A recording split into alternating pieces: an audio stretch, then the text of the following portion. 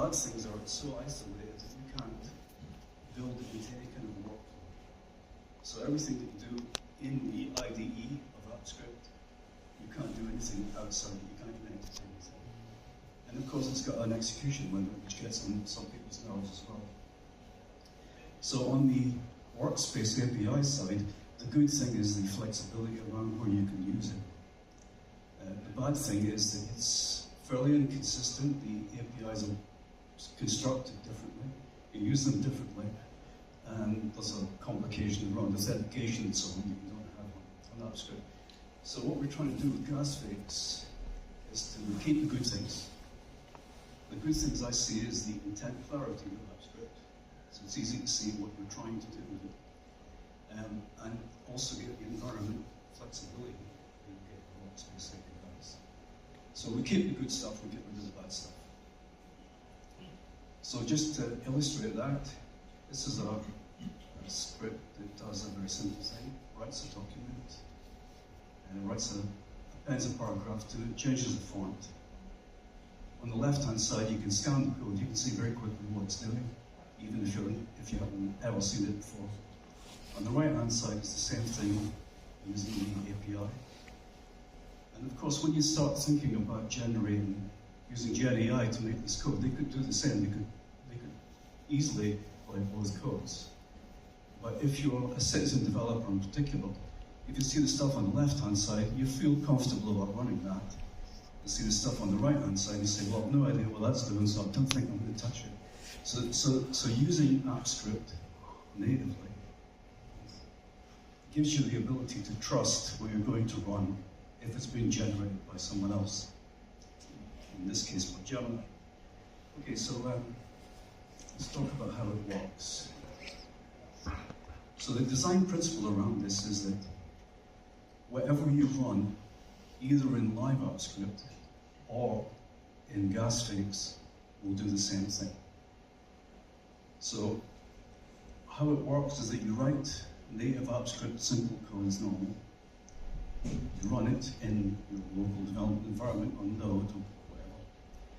And then when you run it, GasFix pretends to be the services that live AppScript usually provides.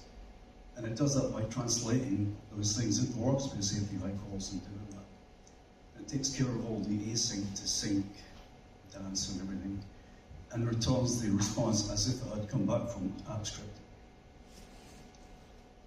So getting started is pretty straightforward.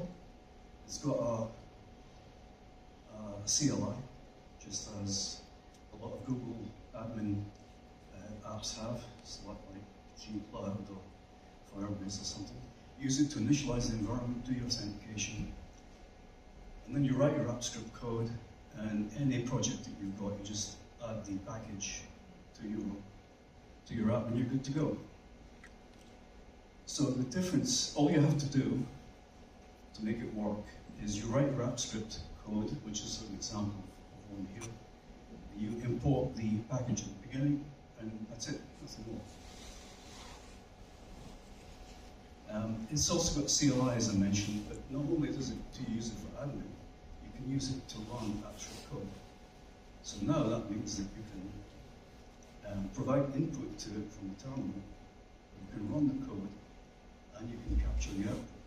So now you've got a workflow that you can build complex workflows that use that kind of code. So in this example, we're providing an argument to a script which is going to create a spreadsheet. It's going to write that data to the spreadsheet, convert it to a PDF,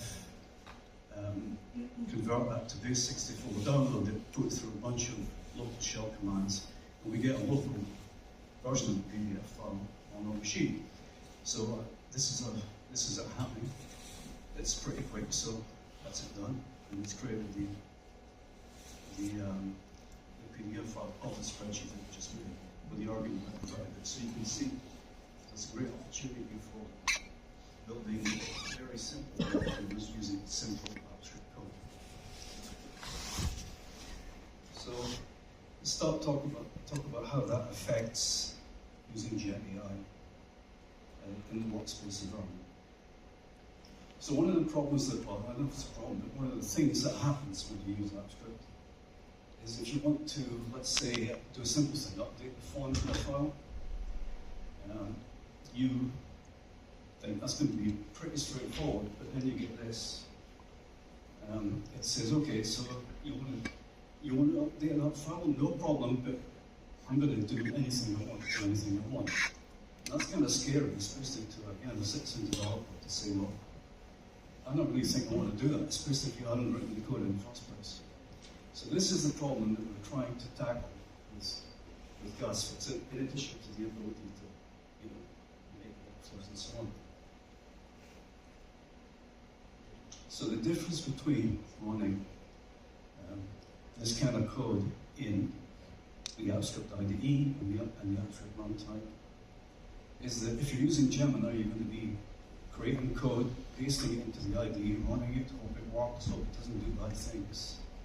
Whereas in GasFix, you're doing the whole thing without ever leaving Gemini. So in other words, you can trust, because of the sandbox capability that we've got built into GasFix, you can trust that any code that Gemini is going to create is not going to do bad things. Okay, so it's got an MCP server, it's that too. So, and in that MCP server, we have instructions for the sandbox capability of GasFix, how to run it. We've got various tools for being able to push finalized projects back up to the AppScript environment. And we've also got hints about how to actually write AppScript code. Now, I did this slide last week, and things move pretty quickly, right? So now we've got Anti-Gravity and Gemini 3 available. And actually we've got those working as well, but the slides I've got are still using Gemini CLI and Gemini 2. So next week we'll put out a blog post about how this actually works as well. So we're going to give Gemini and GasFix together a challenge. So we have a spreadsheet. On the left-hand side, we've got a couple of TV series that I'm interested in knowing everything about which episodes there are, the seasons, and the airing date, and so on. And what I'd like to do is to create a script. I'd like to have Gemini create a script. I'd like to have it use GasFix to test it, run it, push it up to the live AppScript environment, so that anytime I want to find out about a TV series, I can just type in the name and go off and find it. So that's the objective. And the script, I'm not going to go through all of that. But in principle, what we do is we ask it to do this in a couple of different phases. The first one is to whitelist the actual file we want it to touch, because we don't want it to touch any of those. We want it to prove to us that it's managed to find the TV series that I want it to look at. If it's happy with that, we now want it to go off to the Open Movie Database and find out everything about all the series, to write that back to the spreadsheet again. And then we'll have a look at it. Extra challenge has got to do all that from start to finish in 1 minute. So let's see if we can.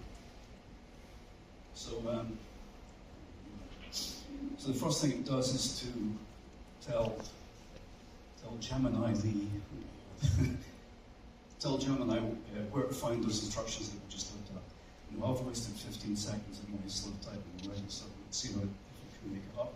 It checks that GasFix is installed and working. It's done that. All good. It's generated the first phase of the script. It's going to run it now. It's going to show me that it found the TV series that it was looking for, which it has done. We can see that there. So now it's happy to proceed to the next stage, which is to go to the Open Movie Database, find out all that stuff, create a script to populate it and run it. So we're 50 seconds in now.